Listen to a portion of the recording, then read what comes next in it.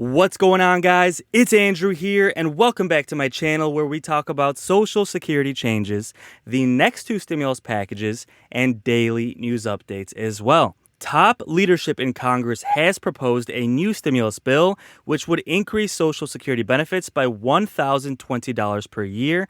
So in this video, we're going to discuss the details and exactly who would qualify. We'll also do a quick update on the next two stimulus package negotiations and a quick update on daily trending news. But before we get into it, don't forget to like this video and subscribe. I also have a second channel, so if you could do me a huge favor, click on the link that's in the description of this video. Go ahead and subscribe to my second channel. I'm going to be giving away a stimulus check on that channel just as a thank you for supporting my work.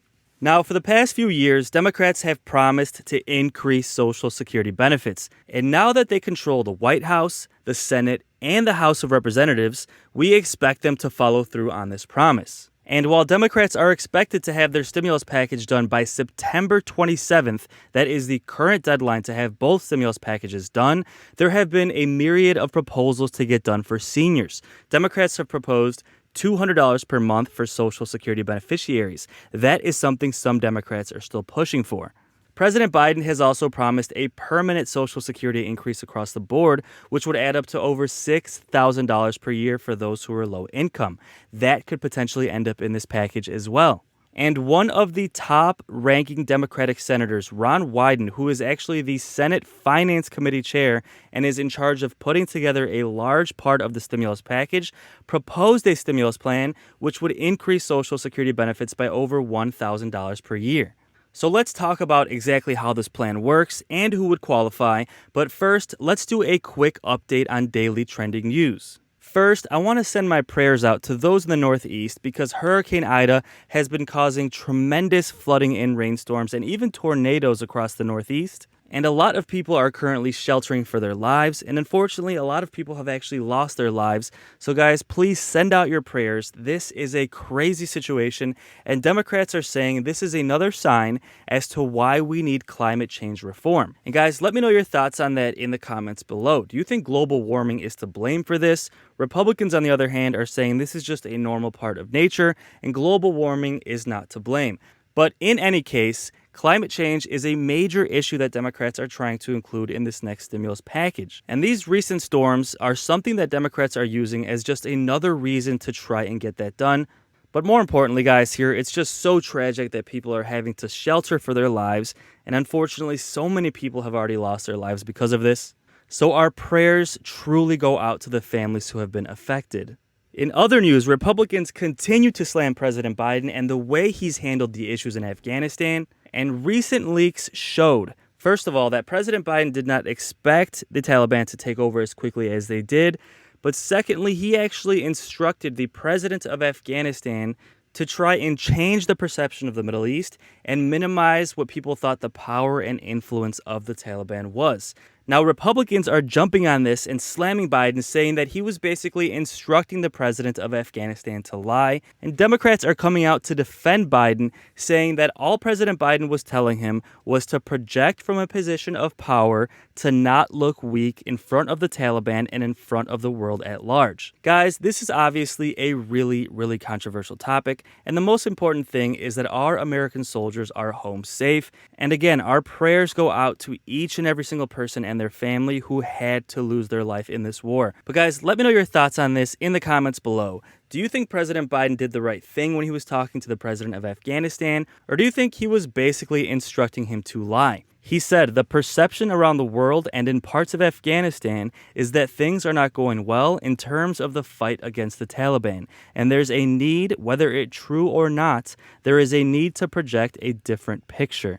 Of course, Press Secretary Jen Psaki had to answer for this, so let's take a look, see exactly what she had to say, and then we'll discuss the details of what's happening with the next two stimulus packages, as well as this new Social Security proposal, which would increase benefits by over $1,000 per year, and we'll discuss exactly who would qualify. And then one on Afghanistan, there's some reporting that we'd like to confirm regarding a call in July, between President Biden and former Afghanistan President Ghani. One, that both leaders appeared completely unaware that the Taliban would take over, and secondly, that they discussed plans to project that Afghan forces were still in control. Is that accurate? Can you tell us a little bit more about that call? Well, I'm not going to get into private diplomatic conversations or leaked transcripts of phone calls. But what I can reiterate for you is that we have stated many times that no one anticipated, the vast majority, I should say, there may have been individuals and agencies, so I don't want to eliminate that option, but our national security team and no one in Congress, or I would say most people out in the public, anticipated that the Taliban would be able to take over the country as quickly as they did, or that the Afghan National Security Forces would fold as quickly as they did. So even the content of the reporting is consistent with what we've said many times publicly. I'll also note something that the president said in his press conference around the same time of this reported phone call. The Afghan government and leadership has to come together. They clearly have the capacity to sustain the government in place. The question is, will they generate the kind of cohesion to do it? And what the president conveyed publicly and certainly privately as well, repeatedly to Afghan leaders, as did our national security officials, is that it's important that the leaders in Afghanistan do exactly that, lead, and show the country that they are ready to continue to the fight against the Taliban, that they have the will for the Afghan National Security Forces to continue that fight even as our U.S. forces leave. So Jen Psaki kind of spinning things in a way to defend President Biden. But again, let me know your thoughts on that in the comments, and let's jump right into an update on the next two stimulus packages, where negotiations stand today, and the details of this new proposal, which would increase Social Security benefits by over $1,000 per year. Okay, now currently, Democrats are working in the House to put together the details of the next stimulus package, and Nancy Pelosi gave them a deadline of September 15th. So she is hoping that Democrats can have the details done by September 15th because they have a deadline of September 27th to get the physical infrastructure plan done. Remember, Pelosi has been trying to get moderates and progressive Democrats on the same page so they could pass the physical infrastructure plan and the American Family Stimulus Plan at the exact same time. And in order to make moderate Democrats happy, she had to promise them that they would vote to fully approve the physical stimulus plan by September 27th at the latest, no matter what is happening with the American Family Stimulus Plan.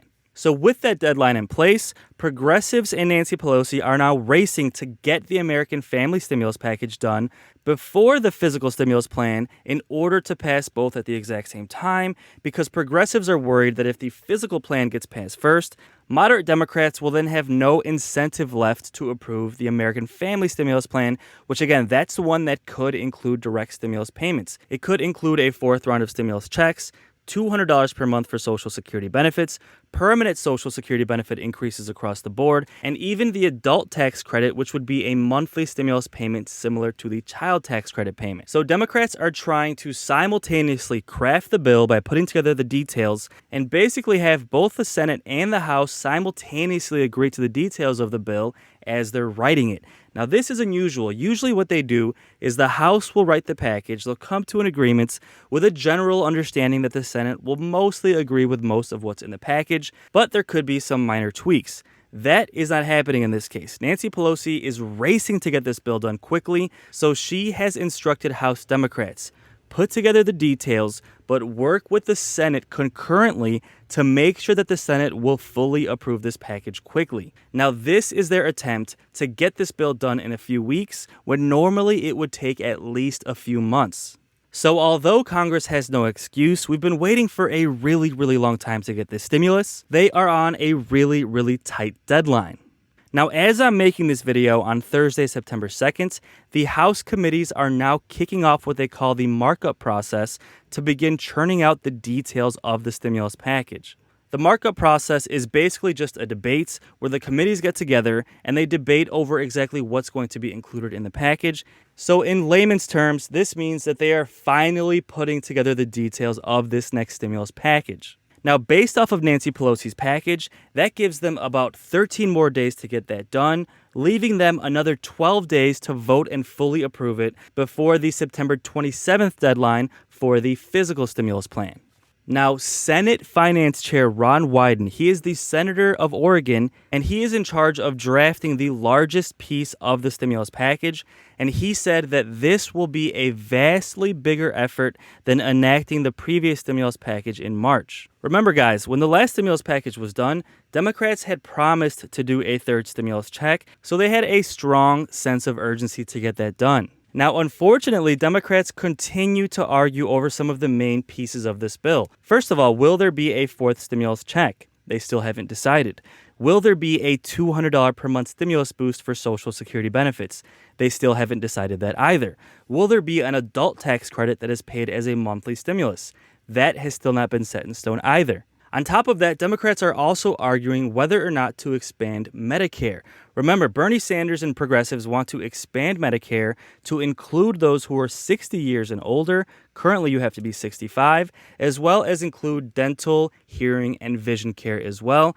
Now, the majority of Democrats support this, but a handful of moderates don't. And now reports are saying that even dentists don't like this plan because including dental care in Medicare actually pays dentists less than private insurance plans do. So reports are saying that the American Dental Association is actually lobbying to limit the amount of people that would qualify for dental care through Medicare. Guys, that's really sad. We have millions of seniors who need dental care. Now, although dentists have been on the front lines throughout this pandemic, and I really sympathize and I appreciate their work, I find it really sad that we have millions of seniors in this country who need dental coverage, and then we have the American Dental Association that wants to limit that. So those are a couple of issues that Democrats continue to debate, but on top of that, we have the tax issue.